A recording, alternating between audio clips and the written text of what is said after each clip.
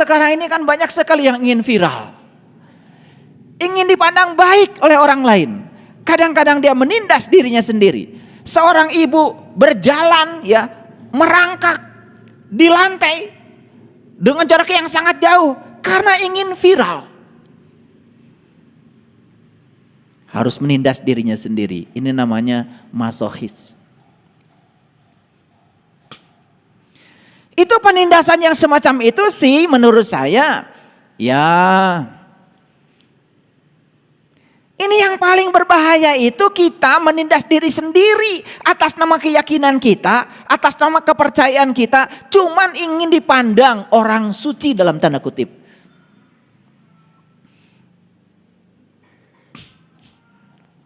Banyak nggak kayak gitu? Banyak. Puasa bertahun-tahun sampai kurus kering gitu. Sampai suatu saat orang, wih puasanya gak berhenti-berhenti. Siang puasa, malam puasa. Malamnya cuma minum air putih, besoknya sakit. Terus buat apa gelar manusia suci yang kamu dapat dari orang itu? Bukan dari Tuhan, dari orang karena kamu ini pandang suci oleh orang. Emang Allah nyuruh begitu? Dengan musik haram. Apa tidak boleh kita menyenangkan telinga kita dengan suara bagus gitu? Bukannya di sini ada Allah yang mau mendengar? Bukannya Allah senang yang indah-indah? Apa tidak boleh gitu? Telinga kita dikasih kesenangan dengan musik yang bagus gitu? Jadi seakan-akan Tuhan itu dikonsepsikan sadis banget. Sampai semua kesenangan dari dunia dirampas oleh Tuhan. Dengar musik gak boleh. Ketawa ngakak dikit gak boleh. Di Bali sekarang ada meditasi tertawa loh. Yang hadir di situ orang-orang yang mohon maaf, kanker payudara, tumor, kanker otak. Tiap hari hanya tertawa terbahak-bahak, sembuh sakitnya. Murah banget. Tertawa aja tiap hari. Makanya namanya meditasi tertawa. Terus mau dibilang haram lagi?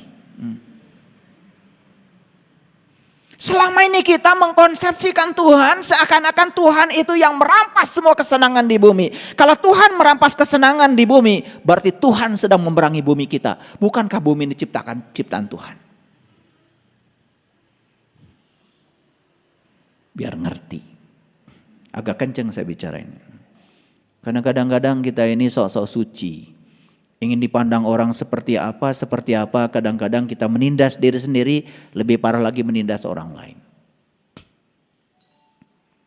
Ceramah agama itu tiap hari neraka. Kayaknya Tuhan tuh demen banget sama neraka. Kayaknya Tuhan tuh seneng banget sama api neraka, karena dikit-dikit neraka gitu. Ancaman aja terus yang ditebar. Kalau kita menebar neraka terus menerus, menebar rasa bersalah terus menerus, like attracts like. Apa yang terjadi? Otak kita akan menciptakan semua hal sebagaimana yang akan datang. Like attracts like. Jadi kalau yang diciptakan di sini ketidakbahagiaan, yang akan datang dalam hidup ketidakbahagiaan. Kalau kita menciptakan kebahagiaan, yang akan datang kebahagiaan. Dalam buku The Secret, jika kamu punya utang dan kamu selalu berpikir hutang, maka kamu akan banyak hutang. Dia ngasih saran cuma satu kok. Ganti kata utang dengan berkelimpahan. Nanti utangmu lunas, tabunganmu nambah. Cuma diganti saja, utang diganti dengan berkelimpahan. Diganti saja, diinstall kembali di alam bawah sadar. Itu keren. Makanya yang dari kecil selalu dengar dari orang tuanya, nak, hidup itu susah dan penuh perjuangan. Nah, hidup itu susah dan penuh perjuangan. Minta uang jajan, jangan jajan, cari uang itu susah. Pengen kerupuk, jangan beli kerupuk, cari uang itu susah. Kata susah masuk terus menerus, ya nembus alam bawah sadar anak kita. Begitu dia dewasa, dia betul-betul memandang kehidupan itu susah dan penuh perjuangan. pengen kerupuk saja susah dan penuh perjuangan. Siapa yang menginstalkan program itu ke dalam anak-anak kita? Kita sendiri. Karena kita sering lupa bahwa semua yang kita katakan berulang-ulang itu akan menjadi program di alam bawah sadarnya anak kita. Ini hal-hal yang dasar ini. Hal dasar.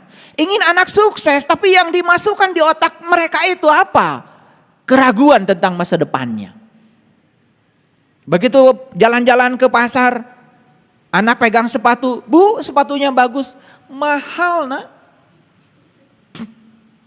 Kata mahal itu sudah mencegah anak itu tidak akan pernah pakai sepatu itu. Kenapa sih tidak ngomongnya, "Nanti kamu juga bisa beli sendiri. Nanti kamu bisa pakai, nanti bisa beli kok." Kenapa tidak diganti dengan kata-kata yang menyenangkan? Dari terus-menerus menghujamkan kata-kata yang pesimis, membatasi.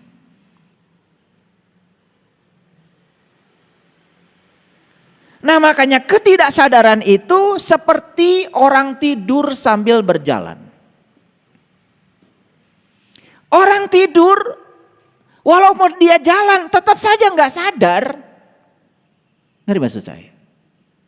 Orang tidur walaupun sibuk dia, ya namanya juga tidur, cuman sambil berjalan. Tetap saja dia tidak sadar. Nah, kira-kira kebanyakan manusia itu seperti itu sekarang. Sibuk dari pagi sampai sore, tetapi tidak sadar dengan kesibukannya sendiri. Dia cari uang, menumpuk-numpuk uang, dia tidak sadar buat apa. Ngerti maksud saya? Dulu gak punya uang susah, karena gak sadar. Begitu punya uang tambah susah, karena gak sadar. Kenapa? Waktu gak punya uang susahnya cuman kekurangan. Tapi setelah punya uang susahnya kemelekatan, takut hilang yang dia punya. Kan lebih dahsyat lagi. Makanya jarang orang stres, orang yang gak punya uang. Rata-rata orang stres, orang yang banyak uang. Dulu saya gak percaya orang banyak uang bisa stres. Tapi setelah banyak orang yang datang ke tempat saya, ternyata setelah saya hitung pakai statistik, ternyata lebih banyak orang stres banyak uang. Jarang ya orang-orang yang gak punya uang susah tidur. Tukang beca gak punya uang, kalau gak ada yang bisa ditarik, tidur saja di becanya.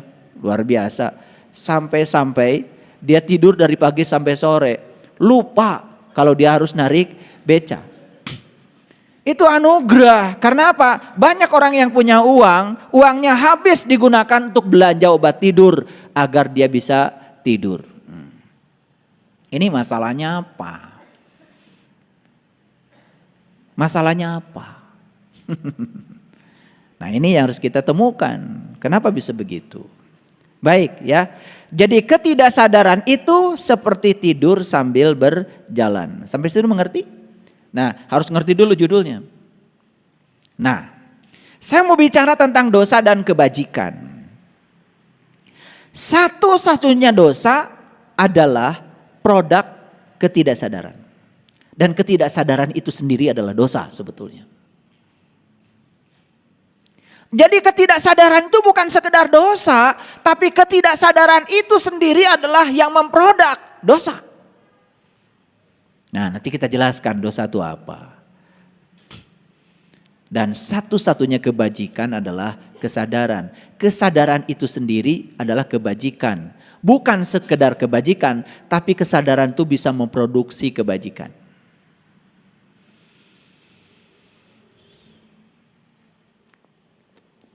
Apapun yang dilakukan dengan ketidaksadaran adalah dosa. Perlu dibuktikan? Yuk kita buktikan. Saya akan mengambil satu ayat saja di Quran. Surat An-Nisa ayat 142. Bunyinya begini. Innal munafiqina yukhadi'una Allah wa huwa khadi'uhum.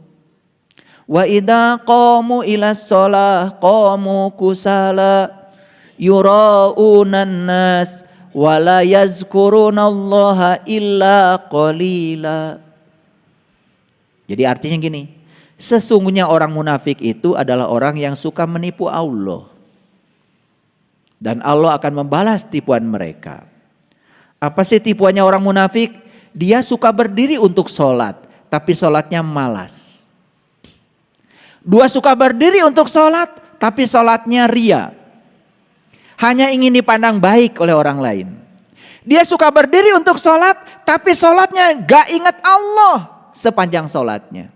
Bahkan dikatakan wala yazkurunallaha illa qalila, dia tidak ingat Allah dalam sholatnya kecuali sedikit. Ingat Allahnya sedikit.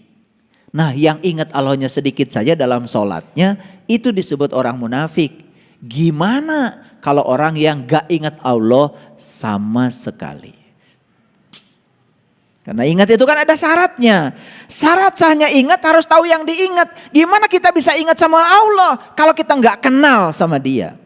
Maka Nabi Muhammad mengajarkan sebelum beliau sholat kan mi'raj dulu. Beliau kenalan dulu sama yang mau disembah baru sholat. Itu contoh, itu teladan. Nggak ngerti-ngerti sih. Ngakunya umat Nabi Muhammad. Nabi Muhammad itu ketemu dulu baru nyembah. Kamu nyembah terus, kapan ketemunya? Jangan-jangan yang kau sembah adalah Tuhan ciptaan pikiranmu sendiri. Itu bukan Tuhan yang disembah, tetapi konsepsi tentang Tuhan yang dibangun oleh pikiran. Kita sedang menyembah kebohongan yang diciptakan oleh diri kita sendiri. Paham sampai di sini? Jadi Quran surat An-Nisa 142 menyatakan sesungguhnya orang munafik itu orang yang sholat. Tetapi sholatnya tiga. Satu, sholatnya itu adalah malas. Karena gak bisa merasakan enaknya sholat, gak tahu ilmunya. Yang kedua, sholatnya ria, hanya ingin dipandang baik oleh orang lain. Ini jadi orang baik, bukan orang sadar. Yang ketiga, sholatnya itu gak ingat Allah. Walaupun ingat itu cuma sedikit, kolil. Kolil itu kebalikan dari kasir. Kalau kasir itu adalah 90, kalau kolil itu 10. Ini membuktikan statement saya. Apapun yang dilakukan dengan ketidaksadaran, ujungnya malah jadi dosa. Nah, kalau sholat saja tidak sadar, dosa kan?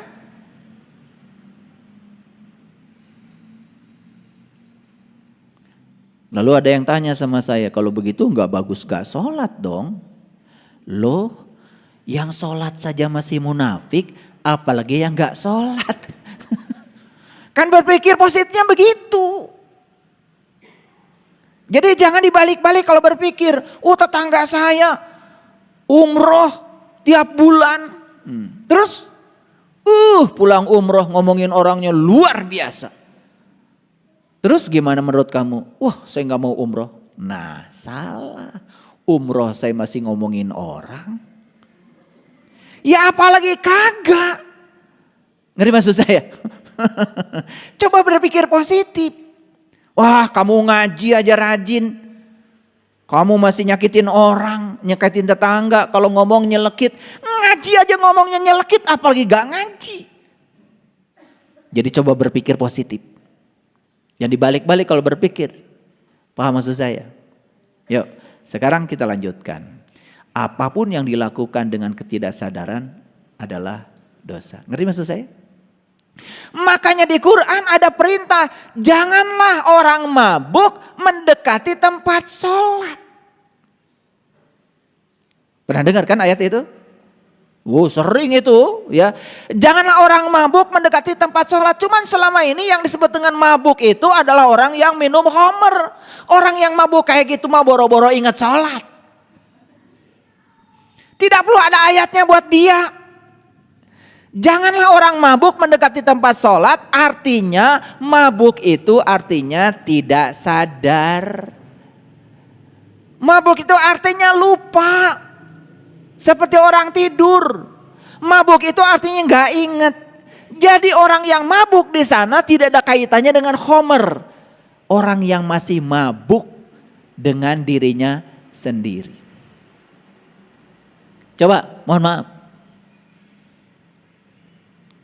Anda mau sholat? Yes. Sholat apa? Duhur. Berapa rakaat? 4 rakaat. Kenapa takbirnya seperti itu? Kenapa tangannya ditaruh di sini? Kenapa ketika tahiyat begini? Bukan begini? Atau begini biar besar? Dan kalau itu ditanya, jarang sekali yang bisa memberikan argumen yang pasti. Kenapa sholat itu wajib baca Al-Fatihah? Kalau tidak baca maka rakaatnya rukun sholatnya hilang. Mengapa? Tanya yang gitu-gitu, yang sederhana saja. Apalagi ketika ditanya, siapa yang kamu sembah? Allah. Apakah kamu sudah kenal yang kamu sembah? Wah, apalagi kalau ditanya begitu. Lebih jauh ditanya lagi, pasti gak akan ada jawaban yang pasti. Apa yang terjadi? Karena dia masih dalam keadaan mabuk. Mabuk dalam ketidaksadaran. Makanya Quran surat An-Nisa 142 menyatakan sesungguhnya orang munafik itu yang sholat. Satu sholatnya malas, yang kedua sholatnya itu ria, yang ketiga sholatnya ingat Allahnya cuma sedikit. Makanya di Quran surat An-Nisa ayat 145 Allah mengatakan innal munafikina fi darkil asfali minan nar. Orang munafik yang semacam itu setelah sholat dia bukan masuk surga. Dia malah menciptakan neraka bagi dirinya sendiri. Nah inilah orang baik yang tidak sadar. Makanya jadilah orang yang sadar pasti baik. Ini saya kasih tahu. Orang yang sadar, kenapa kamu sholat? Dia tahu argumennya. Karena sholat itu adalah menyatu. Kenapa harus menyatu? Karena Allah bersama saya. Lebih dekat kepada saya daripada urat nadi leher saya. Maka sedekat itu Allah dengan saya. Kok saya tidak merasakan kalau saya menyatu dengan dia? Gimana caranya? Gini caranya. Tuh. Dia punya argumen semuanya. Kenapa takbirnya begitu? Oh, takbir itu simbolik. Karena Nabi mengatakan as-sholatu mi'rajul mu'minin. Sholat itu mi'rajnya orang yang beriman. Kenapa gerakan sholat seperti dia jelaskan semuanya?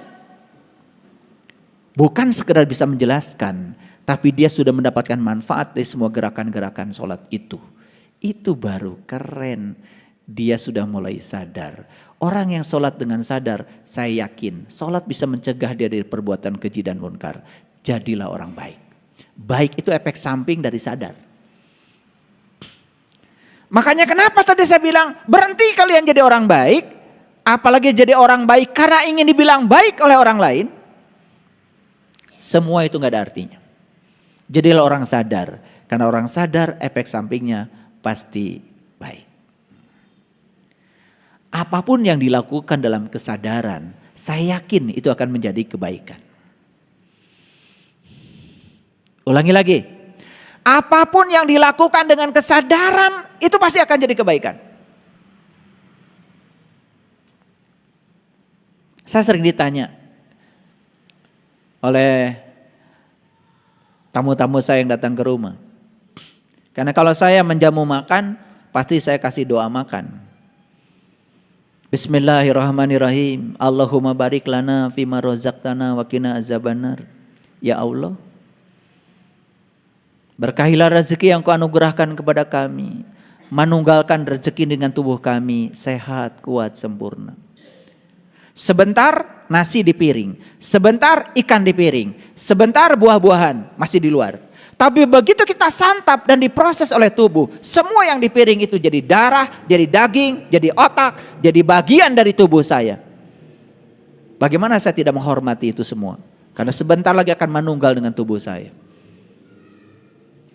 Bagaimana saya tidak upacarakan dia? Karena sebentar lagi akan manunggal menjadi bagian dari tubuh saya. Waktu di luar masih nasi dalam piring. Setelah dimakan dan disantap, jadi darah, jadi daging, jadi semua organ tubuh saya. Hati-hati itu semua. Dari mana didapatnya? Dengan cara apa mendapatkannya? Saya doakan lagi. Untuk semua orang yang telah berjasa menghadirkan makanan ini kepada kami. Saya doakan semua mereka sejahtera lahir dan batin. Saya ingat semua orang-orang yang menghadirkan makanan itu. Saya tahu satu butir nasi itu ribuan orang yang terlibat berbuat baik untuk saya. Dan saya sadar di situ kalau saya berutang budi kepada mereka.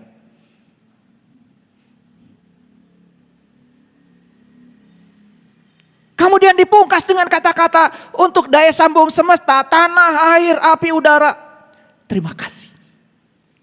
Tidak ada satu butir nasi kalau nggak ada tanah. Tidak ada satu butir nasi kalau tidak ada udara. Tidak ada satu butir nasi kalau tidak ada air. Dan tidak ada satu butir nasi kalau tidak ada matahari. Mereka bekerja sama untuk membangun satu butir nasi. Dan dipersembahkan oleh semesta untuk kita. Satu piring, bukan satu butir lagi. Lucu ya kalau orang habis makan kemudian dia membicarakan orang lain. Lucu kalau orang habis makan dia marah-marah. Lucu kalau orang habis makan kemudian dia menyakiti orang lain. Lucu kalau dia habis makan membunuh orang lain. Lucu kalau dia habis makan menjatuhkan nama baik orang lain. Lucu aja kalau bagi saya. Karena dia makan dalam keadaan tidak sadar. Makan di restoran mewah. Begitu banyak makanan di depan dia. Tidak sadar. Makanya ketidaksadaran itu adalah sumbernya dosa.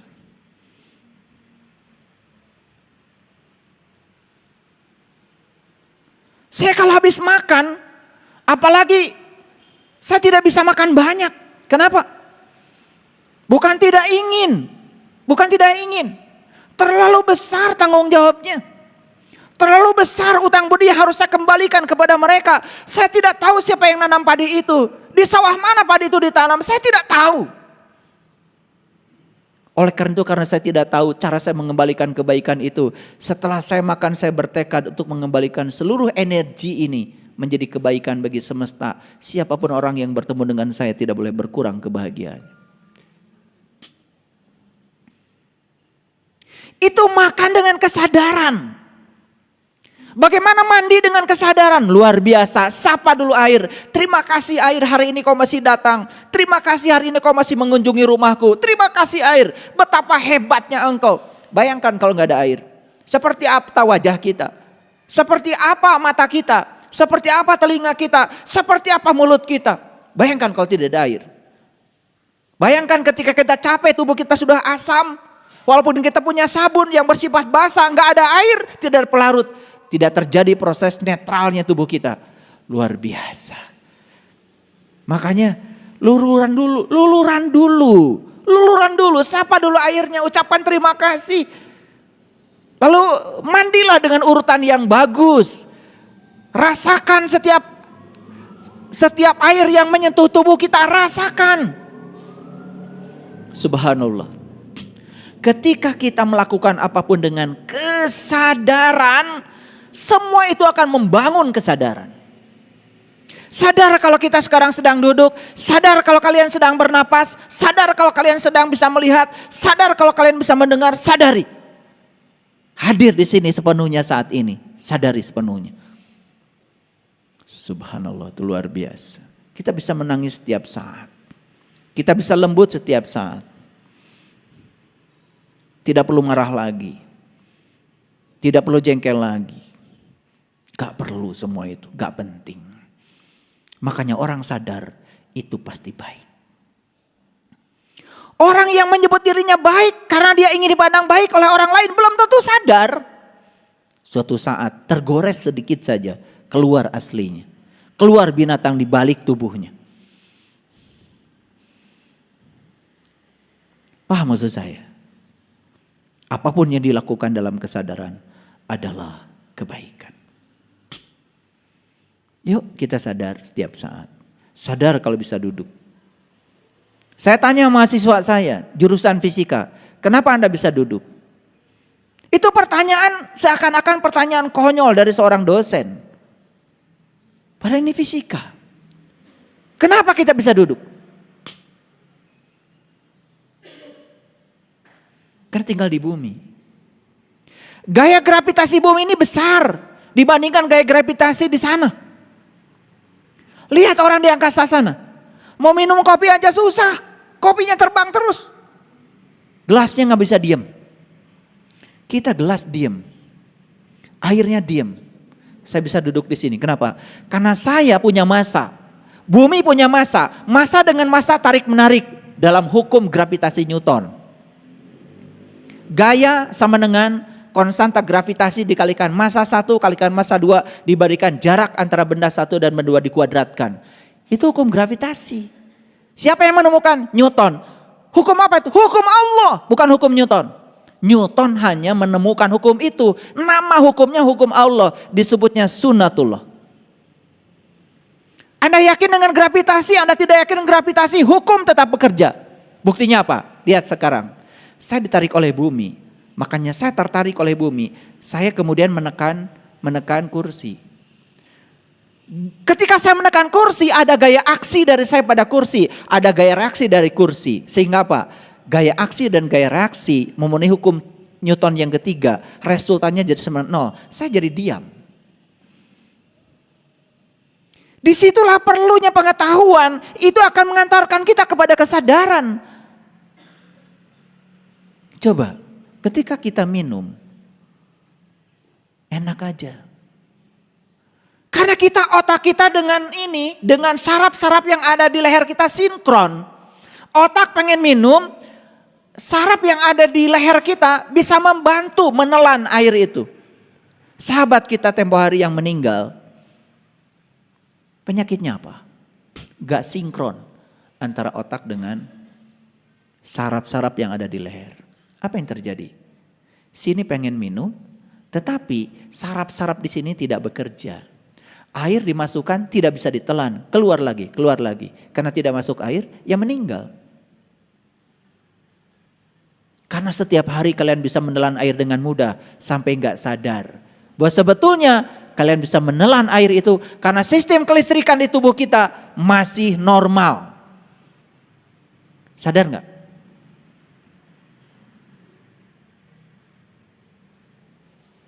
Ketika kita punya gigi, semua rasa makanan enak. Saya gak bisa cerita. Karena belum pernah gak punya gigi. Tapi menurut teori katanya kalau gak ada gigi apapun gak enak. Ada orang kemarin tamu datang ke Jelekong. Saya kasih jagung. Pak, mangga raos ya jagung kenging panen ti dia. Diam aja. Nah ditawaran teh cicing wae. Mangga Pak, jagung mumpung haneut keneh raos. Udah saya kasih contoh, saya yang makan. Mengapa? Cicing kene wae. Terakhir baru ngomong, punten katanya. Abdi mah teu gaduh waos. Oh. Tuh. Akhirnya saya tanya, berapa umur? Umurnya itu di bawah saya. Giginya sudah hilang semua. Karena ada masalah dengan cinta kasih pada dirinya. Jadi saya dari situ dapat pengalaman. Kalau nggak ada gigi kan boro-boro ngerasakan jagung. Ngunyahnya saja nggak bisa. Betul nggak? Padahal rasa makanan itu, surganya makanan itu baru keluar kan kalau dikunyah. Makanya jangan buru-buru kalau ngunyah. Kunyah aja. Tenang.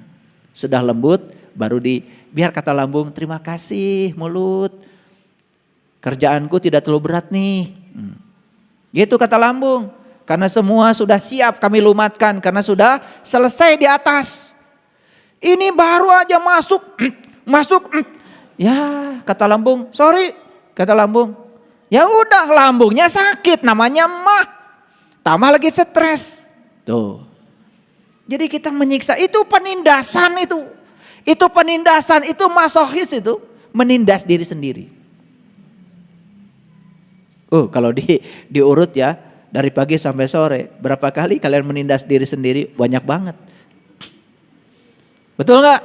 Belum lagi melakukan pekerjaan karena kewajiban, menindas lagi.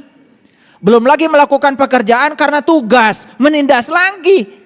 Belum lagi melakukan pekerjaan sebetulnya dia tidak senang di pekerjaan itu. Cuma harus bekerja, ada kata harus bekerja, harus cari uang, harus cari nafkah. Damung sebetulnya mah, cuman karena harus dia menindas. Makanya temukan apa yang kalian senang dalam hidup. Temukan jeniusnya kalian di mana. Karena setiap manusia itu jenius. Jenius loh di bidangnya. Jadi yang jenius bukan hanya Einstein. Einstein jenius di bidang fisika. Yes, tidak diragukan lagi. Tapi semua manusia datang ke bumi jenius di bidangnya. Saya jenius di bidang saya. Karena tidak ada yang tidak jenius kok. Tidak ada yang tidak jenius. Ikan tuh jenius. Di bidang renang. Iya. Borojol langsung renang. Tidak perlu guru renang buat ikan. Jenius dari kecil. Monyet itu baru borojol langsung manjat. Jenius di bidang manjat. Apa yang tidak jenius? Semua jenius kok. Apalagi manusia. Cuman selama ini kita kadang-kadang tidak percaya pada diri kita sendiri bahwa kita ini jenius di bidangnya. Makanya jangan pengen sama. Kalian jadi idiot karena tiap hari jadi orang lain. Iya. Teman masuk jurusan matematika. Kalian gak suka matematika. Masuk jurusan matematika jadi idiot. Bidangmu bukan itu. Bidangmu itu ini nih. Bikin bumbu. Gak usah pakai aljabar. Pitagoras. Pusing. Ada orang yang jenius, memang jeniusnya itu cuman bikin bumbu. Bikin bumbu aja, gak usah yang lain-lain. Udah, kamu jenius di situ. Bisa bikin catering, bisa jadi pengusaha. Jeniusnya di situ kok. Karena begitu kamu ingin jadi orang lain, ya kamu jadi idiot. Masuk jurusan fisika, mencret. Makanya kurikulum sekarang itu kurikulum merdeka. Dibuat semuanya merdeka. Silahkan kalian mau belajar apa. Munculkan potensi dirimu, bakatmu. Karena setiap manusia itu adalah tamu agung yang datang ke semesta untuk jadi dirinya sendiri.